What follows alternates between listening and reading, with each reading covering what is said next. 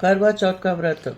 कार्तिक कृष्ण पक्ष की चतुर्थी को करवा चौथ कहते हैं। इसमें गणेश जी का पूजन करके उन्हें पूजन दान से प्रसन्न किया जाता है। इसका विधान चैत्र की चतुर्थी में लिख दिया है, परंतु विशेषता यह है कि इसमें गेहूं का करवा बर के पूजन किया जाता है और विवाहित लड़कियों के यहाँ चीनी के करवे भेजे जाते हैं तथा इसमें निम्नलिखित कहानी सुनकर चंद्रोदय में अर्घ देकर व्रत खोला जाता है।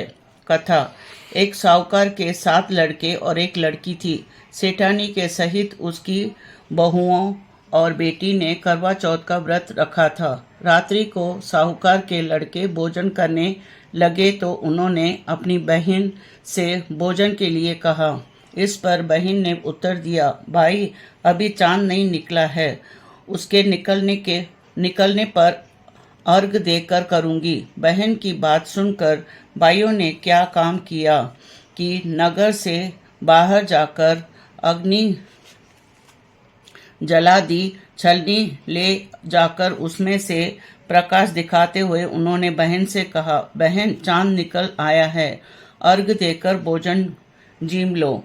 यह सुन उसने अपनी भाभियों से कहा कि आओ तुम भी चंद्रमा को अर्घ दे लो, परंतु वे इस कांड को जानती थी। उन्होंने कहा, भाई जी अभी चांद नहीं निकला, तेरे भाई तेरे से धोखा करते हुए अग्नि का प्रकाश छलनी से दिखा रहे हैं। भाभियों की बात सुनकर भी उसने कुछ ध्यान नहीं दिया।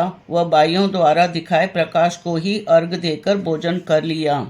इस प्रकार व्रत भंग करने से गणेश जी उस पर अप्रसन्न हो गए। इसके बाद उसका पति सख्त बीमार हो गया और जो कुछ घर में था उसकी बीमारी में लग गया। जब उसे अपने किए हुए दोषों का पता लगा तो उसने पश्चाताप किया। गणेश जी की प्रार्थना करते हुए विधि से पुण्य चतुर्थी का व्रत करना प्रारंभ कर दिया। श्रद्धा अनुसार सबका आदर करते हुए सबसे आशीर्वाद ग्रहण करने में मन को लगा दिया। इस प्रकार उसके श्रद्धा भक्ति सहित कर्म को देखकर भगवान गणेश उस पर प्रसन्न हो गए और उसके पति को जीवन दान देकर उसे आरोग्य करने के पश्चात धन संपत्ति से युक्त कर दिया। इस प्रकार जो कोई छल कपट को त्याग कर श्रद्धा भक्ति से चतुर्थी का व्रत करेंगे वे सब प्रकार से सुखी होते हुए कलेशों से मुक्त हो जाएंगे।